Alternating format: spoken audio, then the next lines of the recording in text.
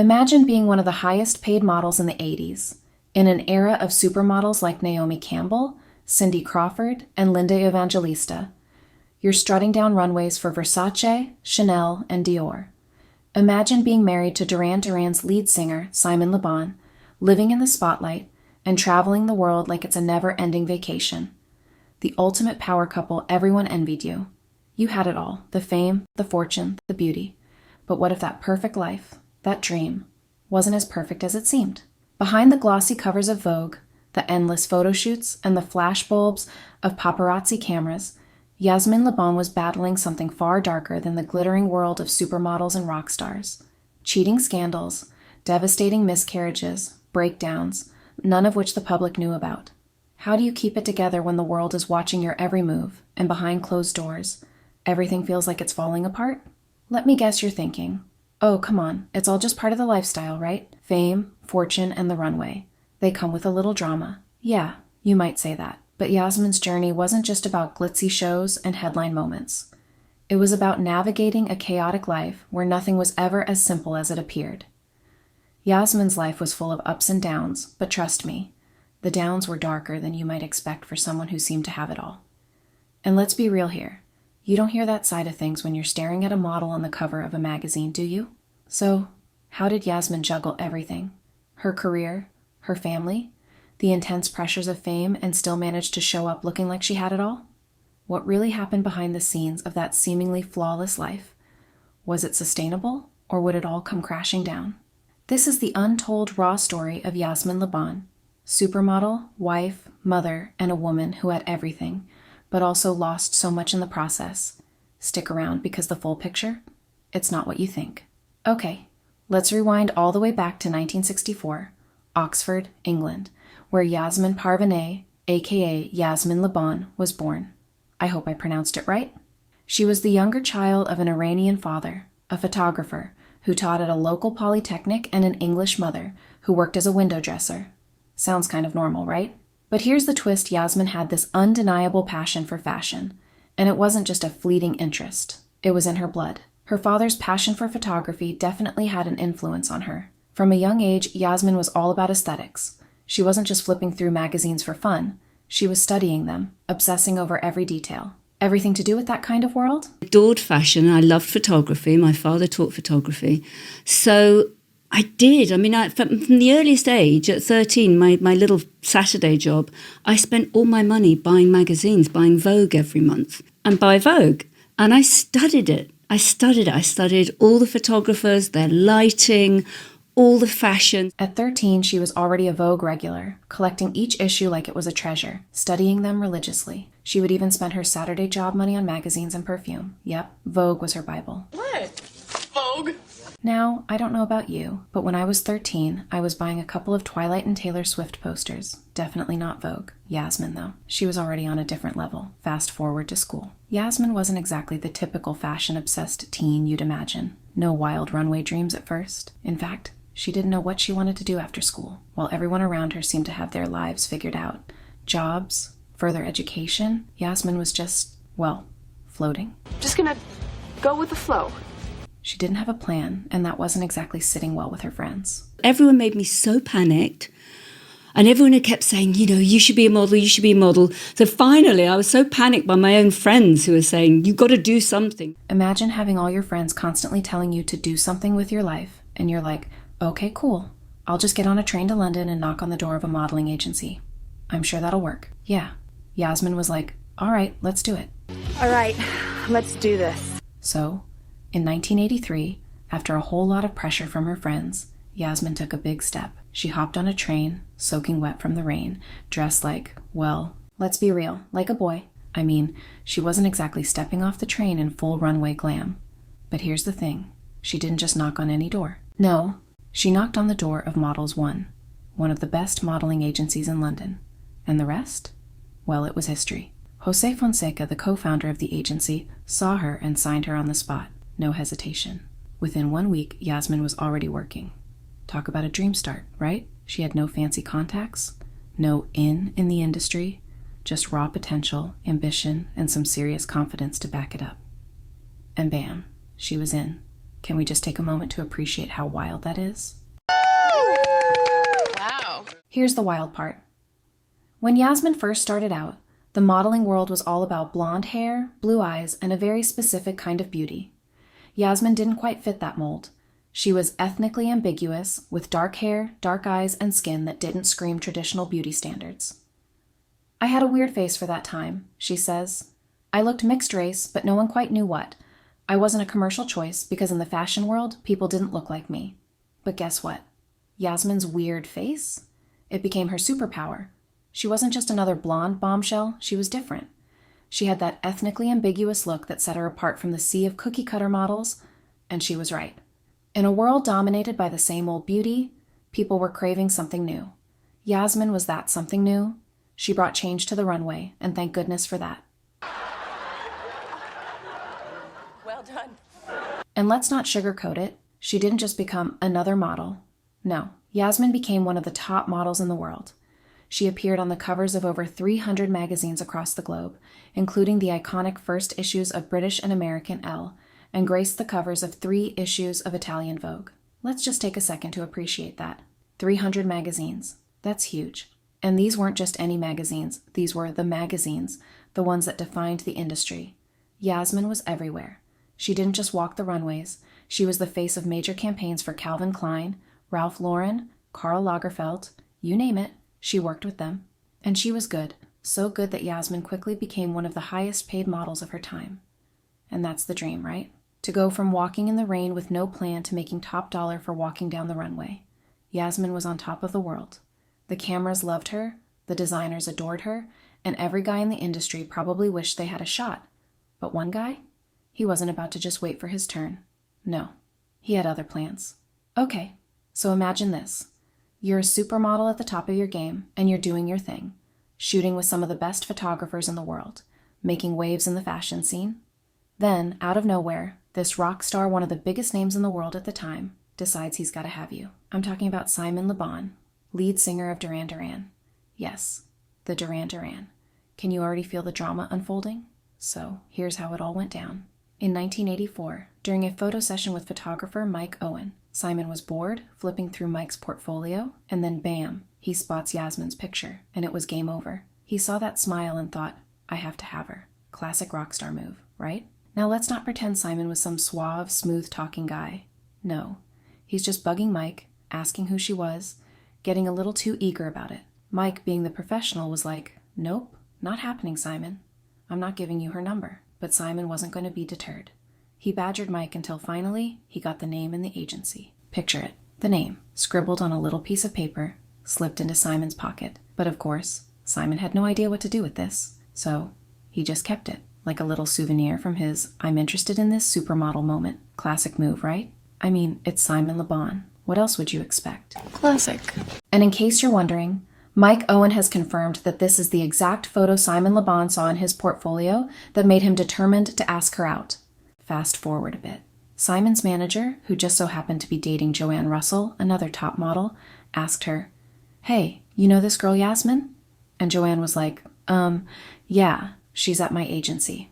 Why? And here's where it gets juicy. Simon, being Simon, figured this was his moment. He decided that inviting Yasmin to the royal premiere of Indiana Jones and the Temple of Doom would be the perfect way to make his move. You know, low-key, no pressure. Just a casual, hey, let's go to this high-profile event together. Yasmin, of course, was not impressed. I mean, can you blame her? This guy, who she'd never even met, suddenly wanted to take her to a movie premiere? Yeah, no. She thought it was totally weird and was having none of it. Yeah, no thank you. But here's the kicker. Joanne Russell, the legendary model, had a word with Yasmin telling her, honestly, he's a good guy, not creepy. He's a good guy. And well, that was the turning point. Yasmin was like, okay, fine, I'll go. Of course, this was before Instagram DMs and easy texting. Back then, Yasmin had to take a trip to a phone booth. Yes, you heard that right, a phone booth, to get the details from her agency. I then started having an argument with my agent because she kept saying, do you want to go to the premiere of this movie with Yasmin Le Bon? Did you know who he was? And I just went, what the hell are you, what the hell are you, I just want my details. I just want my goddamn details. Stop going on about this guy. I've never met him. Who the hell does he think he is? Absolutely no way. And in the end, she turned around and she went, Do you want to talk to Joanne Russell? But thanks to Joanne, Yasmin finally agreed to meet Simon at the premiere. And guess what? They felt an instant connection. Yasmin was impressed by Simon's self-confidence, his humor, and his complete lack of any rock star ego. No drama, no attitude, just a guy who was confident, funny, and genuinely charming. And Yasmin, who'd been so skeptical, was suddenly intrigued. But remember, she wasn't ready to jump into anything. She wasn't sold on Simon just yet. After that night, they stayed friends. Casual, nothing serious. But something was there. And eventually, after a little more time and a second meeting in Paris, their story really began to take off. By then, Simon's persistence had paid off. Yasmin was starting to fall for him, and they were no longer just friends. Fast forward to December 1985, and their relationship was solid. So solid, in fact, that they decided to get married. But of course, it wasn't your typical fairy tale wedding. Oh no, it was far from that. In fact, it was pretty grim according to Yasmin. Their ceremony took place at the Westgate Shopping Center in Oxford of all places. Nothing glamorous, just a simple register office. The whole thing was rushed, happening just 2 days after Christmas. Part of the urgency came from the fact that Simon was about to embark on a round-the-world boat race, and Yasmin admits there was a real sense of, what if he doesn't come back? So, in true spontaneous fashion, they decided to get married then and there, with little regard for traditions or plans. The guest list was equally untraditional. It was basically a case of whoever Simon happened to be speaking to in the days leading up to the wedding. Yasmin even admits she forgot to invite her own grandmother. They wanted to avoid the press, keeping it intimate, with only a photographer from the local Oxford paper snapping a few shots. There was even a brief thought to dodge him, but they eventually figured if he could sell the photos, it might help pay off his mortgage. As for the dress, well, Yasmin didn't exactly have a couture gown waiting for her. She was in a bit of a scramble, having only a few black Azadine Alaya dresses and casual jeans in her wardrobe. The only store open was Benetton, where she found a beige, fluffy jumper dress. It wasn't the wedding gown anyone would expect for a supermodel, but Yasmin wasn't concerned with perfection. She laughs about it now, admitting, "I didn't look great in it, but god damn it. He had to love me to marry me looking like that." It wasn't about the dress. It was about the commitment they were making. The wedding wasn't about grandeur or perfection, but about love and timing. It was simple, rushed, and full of those imperfect moments that somehow made it all the more memorable. Despite the lack of fanfare, it was a significant milestone in their relationship, a step forward for a young couple who were truly in love and ready to face whatever came next. Yasmin and Simon Le Bon quickly became the power couple of the 80s and 90s.